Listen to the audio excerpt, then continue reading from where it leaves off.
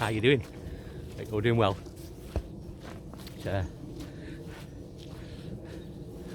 When I first started making these YouTube videos, I think I've told you it's bad for a couple of reasons really. One, because I've been speaking to my son. I've been going through a bit of a problematic time, and I made a video just to give him some encouragement. The other thing is to document what I talk about, what I think about. I'm out here with nothing to influence really, or nothing to react to. And one question that's always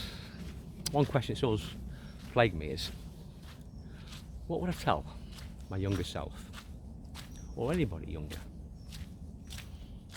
to help them on this journey through life we all have to make? What tips, tricks, what bits of wisdom that I've picked up along the way could I impart on a younger person, particularly male? I mean, I've looked at the channel stats and only a couple of percent women watching these videos, so I know it's all guys. Lots of guys from my age, the rest sort of in the sort of 20s to 30s. So I know that guys that age are looking for what us older boys have been through. But it wasn't as easy as that. I mean, I was, obviously we've all been that age. And when I was 17, 18, 19, I was full of ego.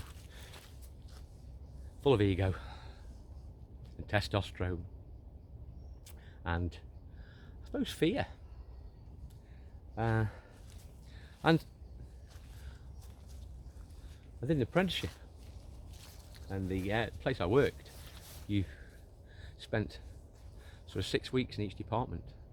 6 weeks with the hydraulics, 6 weeks with electricians, 6 weeks with mechanics working on gearboxes, machine shop. So you got to spend a considerable amount of time every day with a team for 6 weeks. And again, the guys I worked with were all, it was a cold board. So I didn't work underground, overground. But the guys were, you know, there was some in the 20s, 30s, 40s, 50s, the whole demographic of ages working together. The characters, yeah, you soon get to know the characters. But some of the old guys, yeah, I mean, they knew their craft. They're proper engineers, yeah, not like the ones we have nowadays. Not really. The guys who could literally file a piece of metal to make a key. It's within a couple of thou. And I'd give you to a thousandths, 40 thousandths of an inch is 1 millimeter. The 20 thousandths is a half millimeter. 10 thou is a quarter millimeter. So 1 or 2 thou is a tiny bit of a millimeter. And they could file this by hand. So they're really good guys and been, you know, crafted their trade. And obviously they picked up life experience.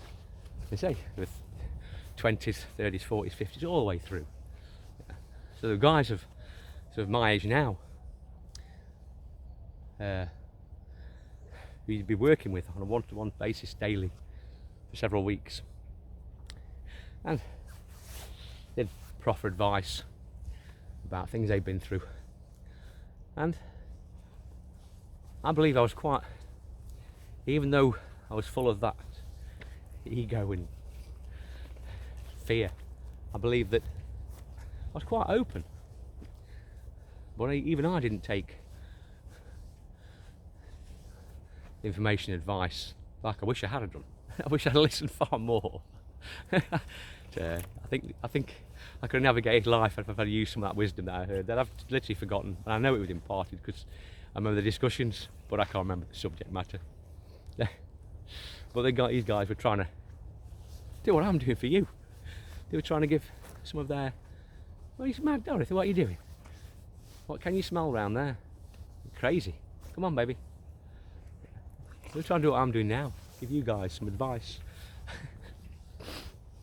to help navigate this journey. Come on. But why did I take that advice? That's the thing I'm getting to, is that advice was given. I could have listened to it. It saved myself a whole lot of angst through my journey. If I'd listened to some of that advice, but you don't. You think you know better. Again, I think it's. I struggle with why now. Why wouldn't you think someone's older and been on the earth much longer would not have good advice? And I think it's at that age you've spent a good portion of your life at that point being taught, being told stuff. The moment you leave school or leave college, you have to make decisions for yourself. And it's a big step. But the one thing that's happened to us for a lot of the time in life is we've been taught and been told this and told that, instructed, and then we're given this freedom. Oh, we think, we know it all. We've been to school, we know what we need to know. The rest of the stuff will just be going that way, Dorothy. So, come on, let's go. This way down. Good girl. So we're not really receptive to teachings. We want to experience life. We want to do the things that we've not been able to do. We can drive, we can drink, do anything. And I think that's why we don't take that wisdom at that age. It's because we're so full, worn out with teachings. I mean, naturally we're inquisitive. We want to learn, and we listen to our elders. I mean, personally, I have 5 children, and with my last daughter, she's now 20. The ages of 3 to 7 were phenomenal. All she wanted, she's like a sponge. All she wanted to do was learn. Taught her so much. Wire a plug. Use a soldering iron. Of course she burnt herself. Under Dad's watch, of course. But she's a young lady now with a lot of inner peace and confidence. She's very comfortable with her own skin, and during that age, you can probably do the maths. This is when I was going through my change in life, if you like. I'm becoming of a more complete and joyous being. So I was able to sort of use my inquisitiveness to impart onto her and observe the the changes in both our lives. But I'm still on the quest for how to convey information to people younger. And you certainly can't push. You certainly just got to be receptive. Listen to what they have to say, and offer slight, just subtle advice. I don't want to teach anybody anything. No one's taught me anything. I've taught myself everything. But you need sometimes a bit of a question to provoke a thinking response. And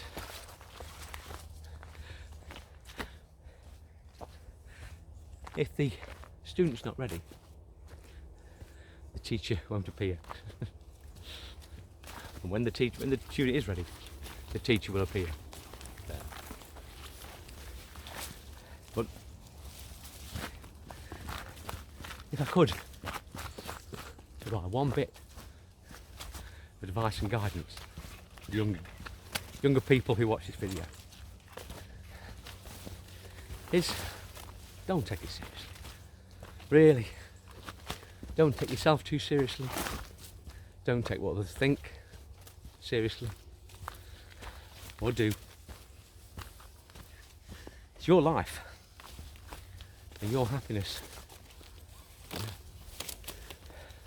and you've got to do what makes you happy, or joyous, should I say.